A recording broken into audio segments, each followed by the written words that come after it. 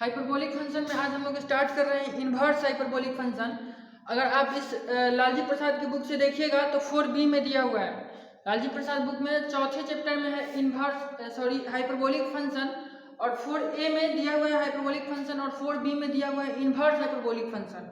जैसे आप लोग पढ़े हुए हैं इन्वर्स ट्रिगोनोमेट्रिक फंक्शन, उसी तरीके से है इन्वर्स हाइपरबोलिक फंक्शन। तो इन्वर्स ट्रिगोनोमेट्रिक फंक्शन आप लोग 12th क्लास में बहुत ही अच्छे से पढ़े हैं। दूसरे चैप्टर में एनसीईआरटी के अकॉर्डिंग दूसरा चैप्टर है इन्वर्स ट्रिगोनोमेट्रिक फंक्शन, जिसको हम लोग शॉर्टकट में ITF कहते हैं। उसी तरीके से यहाँ हाइपरबोलिक फंक्शन में हम लोग को इन्वर्स हाइपरबोलिक फंक्शन पढ़ना है।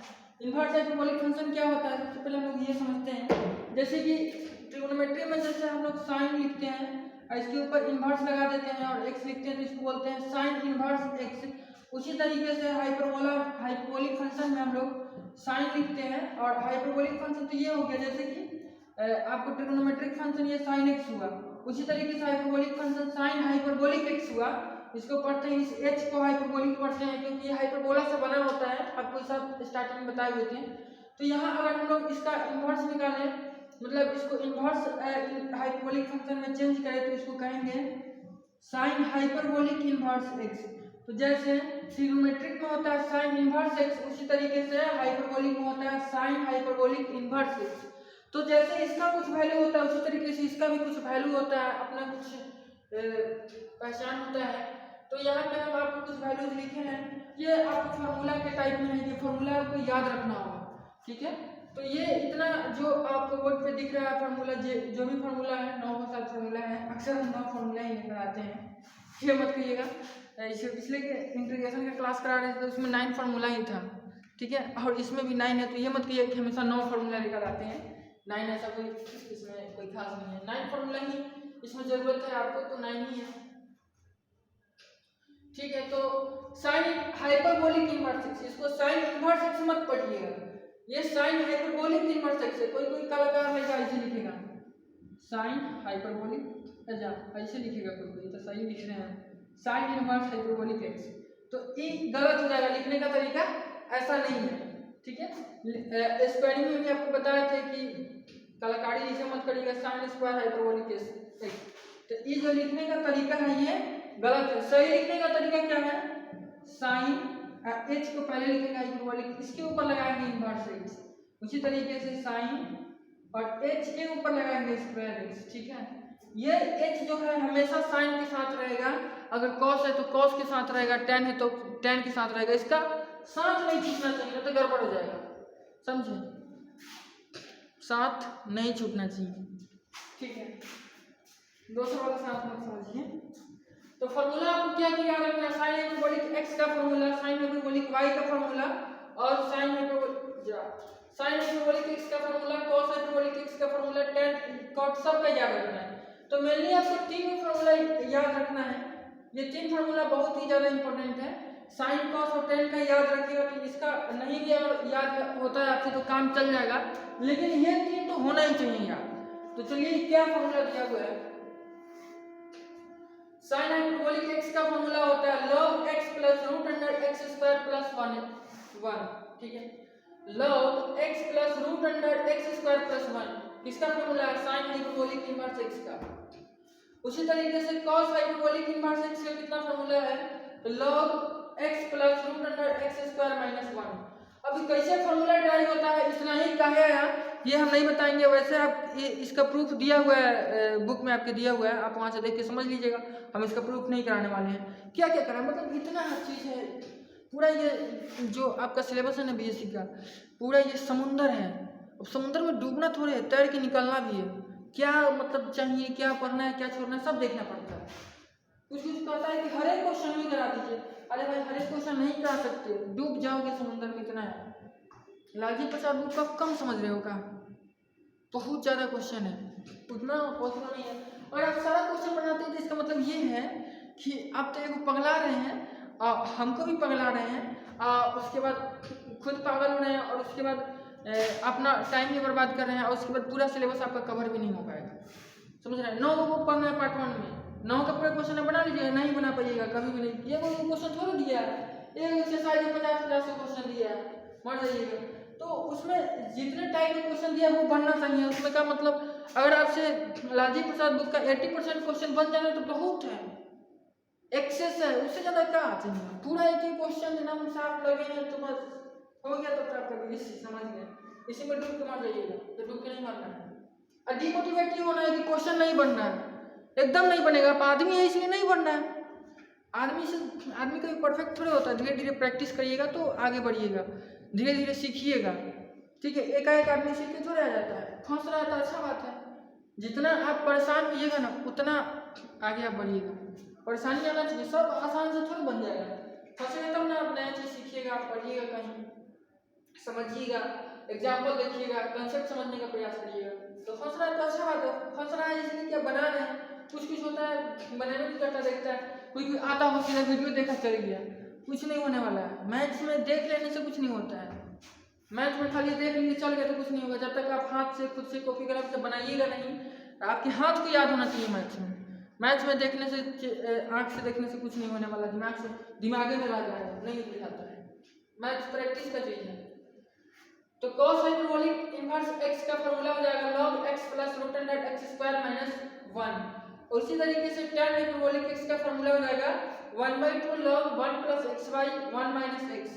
cot हाइपरबोलिक इनवर्स x का फॉर्मूला हो जाएगा 1/2 log x plus 1 by x minus 1। और sec हाइपरबोलिक इनवर्स x का फॉर्मूला हो जाएगा log 1 plus root under 1 minus x square by x। और cosec हाइपरबोलिक x का फॉर्मूला हो जाएगा log 1 plus root under 1 plus x square by x, ठीक है।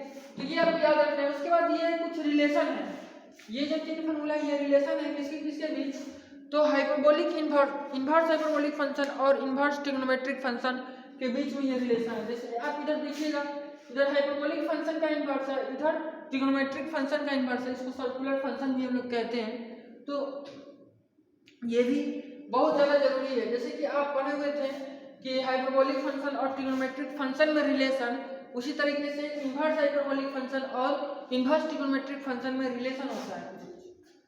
तो साइन हाइपरबोलिक इन्वर्स x बराबर minus iota sine inverse iota x होता है, और कॉस हाइपरबोलिक इन्वर्स x बराबर minus iota cos inverse x होता है, और tan हाइपरबोलिक इन्वर्स x बराबर iota tan inverse iota x होता है।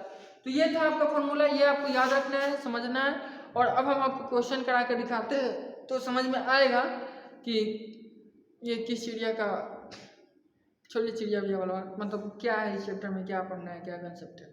बहुत ज़्यादा कुछ नहीं, बहुत आसान है। मतलब 2-3 लेक्चर में ख़त्म हो जाएगा ये, और उसके बाद हम लोग का ट्रिग्नोमेट्री खत्म हो जाएगा। हम लोग नया ब्रांच शुरू करेंगे, उस समय बताएंगे क्या इसमें।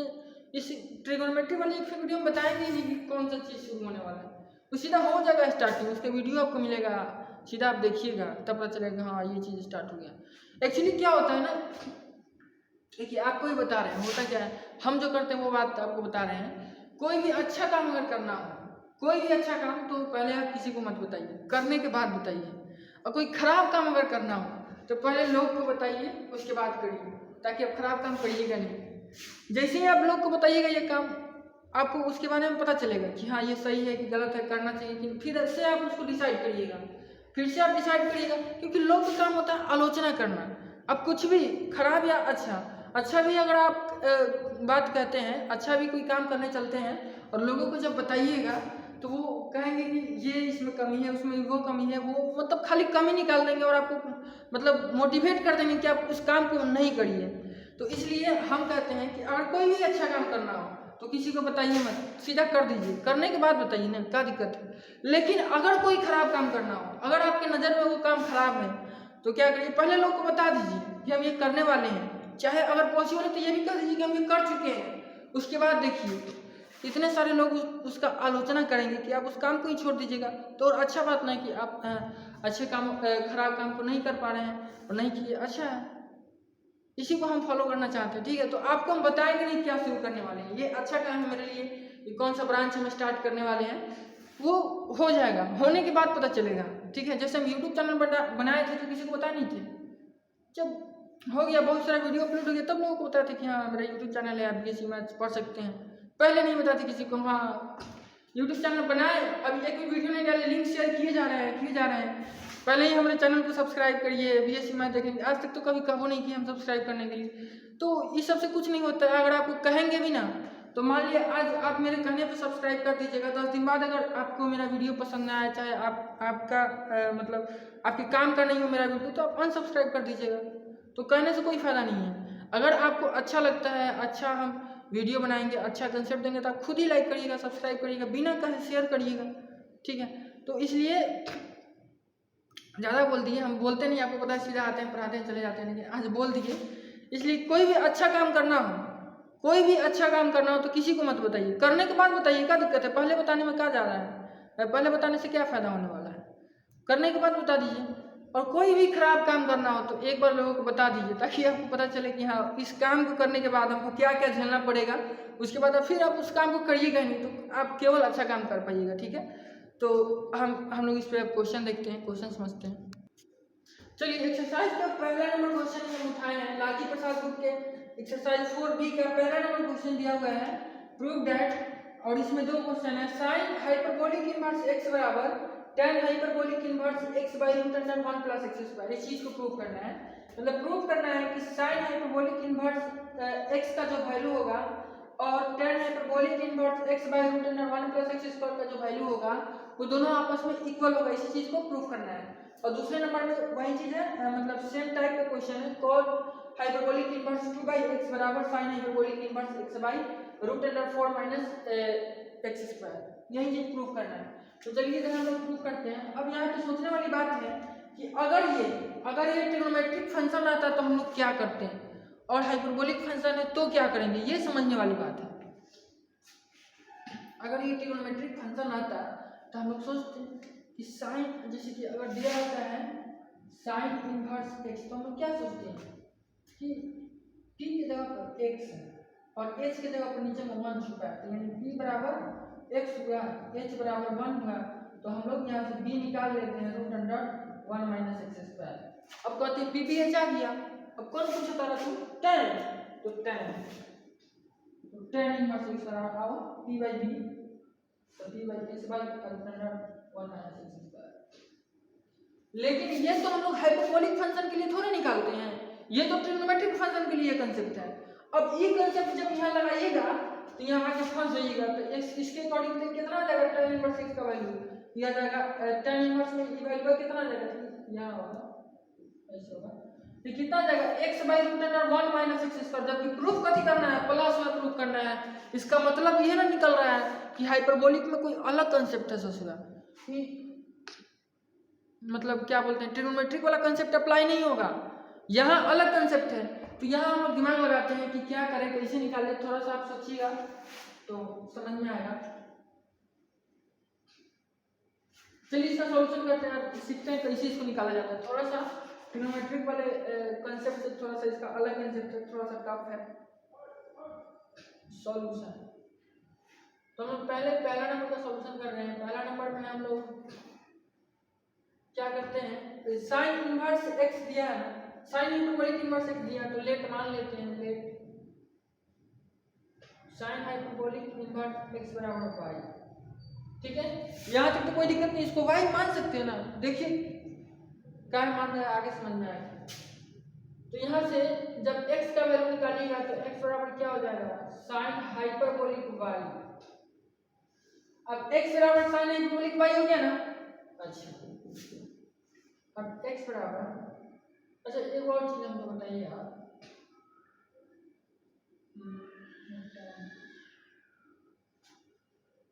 अच्छा एक मिनट, चलिए हम कहाँ थे, हाँ x का वैल्यू निकाले थे साइन हाइपरबोलिक y।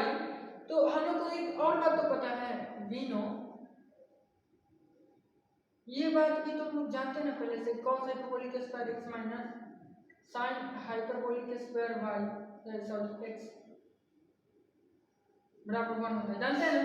तो हम लोग को ये y में दिया हुआ, तो एक काम करते हैं, यहाँ y रख लेते हैं और यहाँ भी y रख लेते हैं। अब बताइए, साइन हाइपरबोलिक y का वैल्यू x है, तो साइन हाइपरबोलिक स्क्वायर y का वैल्यू क्या होगा, x स्क्वायर होगा। तो यहाँ से हम लोग cos hyperbolic square y minus x square बराबर 1 लिख सकते हैं ना। अब यहाँ से cos हाइपरबोलिक x का वैल्यू निकाल लेंगे, और जब साइन बाई cos करेंगे तो खुद ही tan आ जाएगा, ठीक है। तो कितना आसान है, यहाँ से ये हो जाएगा cos हाइपरबोलिक स्क्वायर y बराबर 1 प्लस एक्स स्क्वायर।